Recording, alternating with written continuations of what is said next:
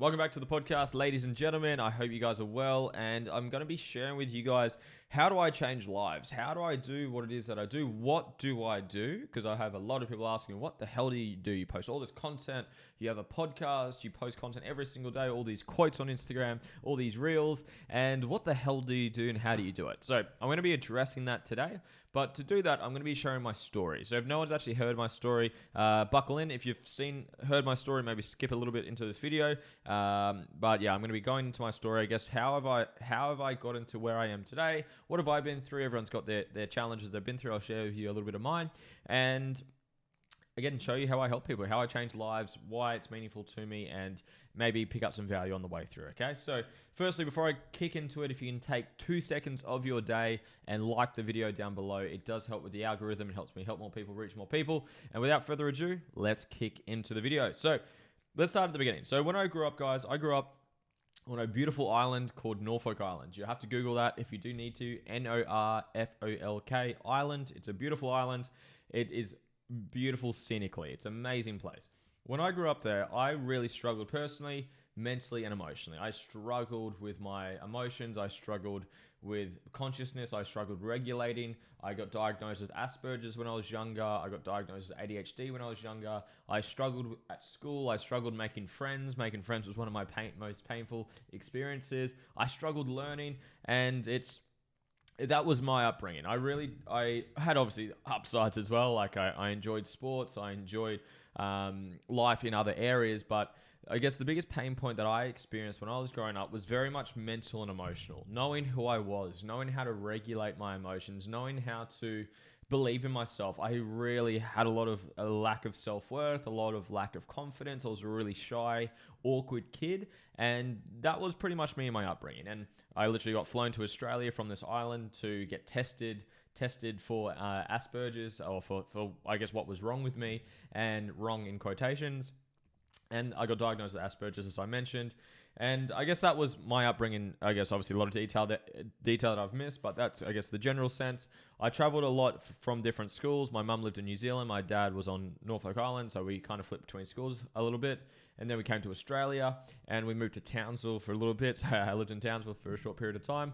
But during that whole phase, I really enjoyed sports. So sports was a really good outlet for me. I was relatively good at it. I found passion in it. I found connection with it. I found achievement through it. I learned how to be coached. I learned to be coachable. I learned the traits of working hard, about not needing instant gratification, because you obviously got to train and work so hard all season to get the reward at the end of the season. So really enjoyed sports when I was growing up. For anyone that's in Australia or that understands the NRL, I was contracted with NRL teams when I was 12 years old to about 18 years old. So I was up to that level. I represented Queensland when I was 15 as well. So I did enjoy sports, got a good kick out of it. I learned a lot from sports. I'm very, very grateful for sports. But as I was growing up, besides sports, where I had the dream of being a professional athlete and going down that pathway, I had no fucking clue what I wanted to do. I thought I did because you obviously have those questions and you have those thoughts as you're going through high school, but I really didn't have clarity on what I wanted to do. I literally repeated year 12. So at my school, there was an option to do year 12 over 3 years. So, year 11 and 12 over 3 years. So you do half of year 12 over 2 years. And I did that because I didn't know what I was doing. I didn't want to go out into the workplace, or I just didn't know what I wanted to do. So I wanted to give myself a little bit more time. I was doing a lot of sports in that time, not the point of this video. But I just really struggled with it. And at the same time, I was still experiencing social anxiety. I was still experiencing lack of self-worth. I hadn't gotten into self-development yet. And I was just, I guess, doing the best with what I've got. And that's the reality of everyone in this planet, or on this planet. Everyone's doing the best of what they've got, right? You can only use the tools that you have. You can only use the beliefs and the tools and the consciousness and the awareness that we have, right? So I was doing the best that I could. So I was always a hard worker. So hard work was always a part of my life upbringing. Thank you to my dad for that trait. And I guess I'll segment into the next part of my life. I had a plan. I wanted to be a high school teacher, and I wanted to be a personal trainer during the holidays. That was kind of my unofficial goals back then. And so I repeated year 12. I was going to go to university. I'm like, okay, well, I've had some great teachers in my life. I'd love to be a great teacher and help people, because I had some really awesome teachers that really, really helped me, because I struggled learning. I had ones that really, really impacted me. So I decided to repeat year 12. I was going to go to university. I was going to be a personal trainer during the holidays because I loved training. I loved health because I was into sports, and I thought that would be pretty cool. Help people and make some good money. That was essentially the plan.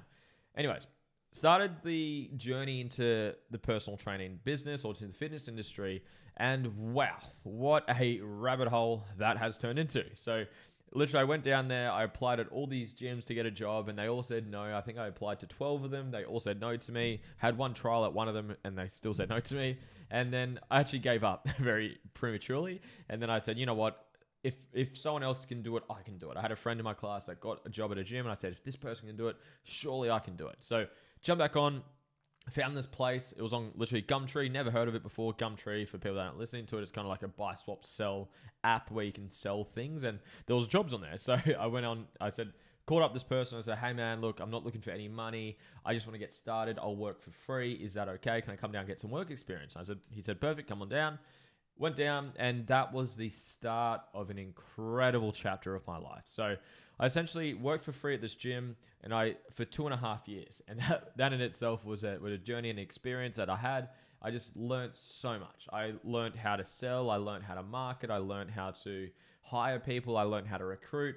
We kind of did the gym business and network marketing at the same time. So I had a really good experience with network marketing. I was earning about $2,000 to $3,000 a week doing network marketing while running this gym. After those 2.5 years, I got the opportunity to purchase the gym that I was working for free at. So I did get a good return on working for free. I got a great deal to buy the gym. That was essentially the setup. And then from there, this is where the naiveness really kicked in. Within 6 months, no, not even six. Oh yeah, within a month of becoming an owner of this gym, and I was literally doing everything in the gym. I was very key person risk, didn't have great systems, didn't have great leadership, didn't have a great team. I was a very naive business owner. And literally within a month of becoming an owner there, me and my business partner said, let's do another one. And it was very naive at the time, but I said yes to it. I was very shiny object syndrome, and I was very ill-disciplined when I did that. And I said yes to it. Anyways, went and opened up a second one. So I had a business partner at the time, or a different business partner that came into the picture. She was running the first one. I was running the second one. Did really well. I opened up the gym. All the gyms we did well. We had the gym profitable pretty much from opening. We had great clients. We had great results. We're doing really, really well. But I was just like on a hamster wheel. I was just going around and around and around and around. I was just like living on adrenaline, living on stress. I was literally getting, I'm not exaggerating this, 3 to 5 hours of sleep Monday to Saturday, get a bigger sleep Saturday night, and I'd also work on Sundays. And I was just constantly living in fight or flight. I was constantly chasing my tail, constantly chasing the achievements, and it was all out of ego at that time. And then when I was 22, I got an opportunity to purchase into a third one. And again, I had two that were kind of shaky. They were doing okay, but they weren't killing it. They weren't stable. They weren't run well. There wasn't great leadership throughout it, great systems. It wasn't great business. And that's obviously fully on myself. So I jumped into a third one. So I had 3 gyms, 22 years old, and I thought I was killing it. Thought I was the man. I thought I was on paper anyways, and in terms of a status that I could tell people, but I was so burnt out. I was not enjoying my life. I was struggling mentally still, and I just didn't enjoy what it is that I was doing. This whole time though, even when I went and started, when I started the work experience or working for free, I got into self-development and I loved it. I got into Tony Robbins. I got into Joe Dispenza. I got into Dr. John Demartini. I got into Kerwin Ray. I got into Gary Vaynerchuk.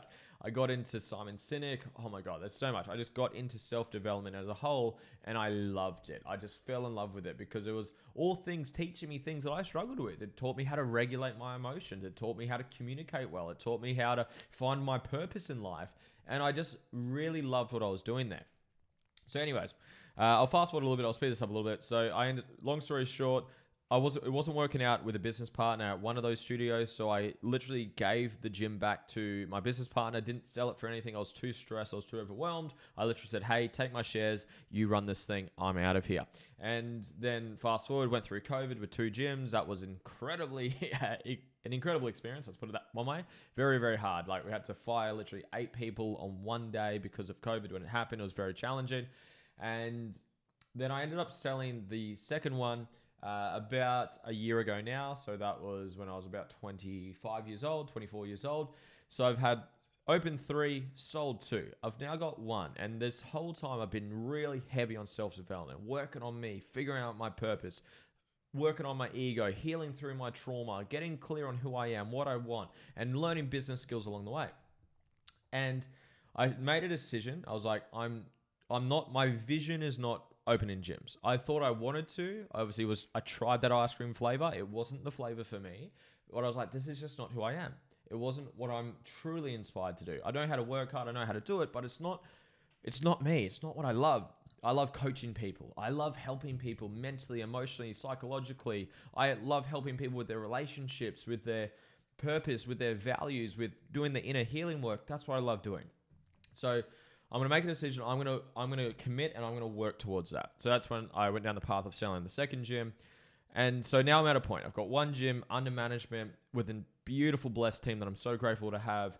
And now I'm doing coaching. And that's led me to, I guess, what do I do now? So I believe anyways, we go through the things we go through to become the people that we become, to give back to that younger version of us, because we become the people that we needed the most. And I truly believe that we become the people that we needed when we were at our lowest.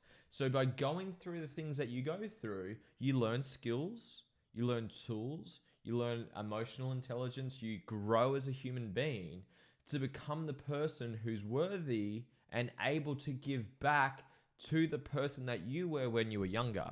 So it comes to the question, how do I help people? I help people in an array of things, but I genuinely love impacting people's quality of life mentally, emotionally, and spiritually. I love helping people understand, who are they? Who are you?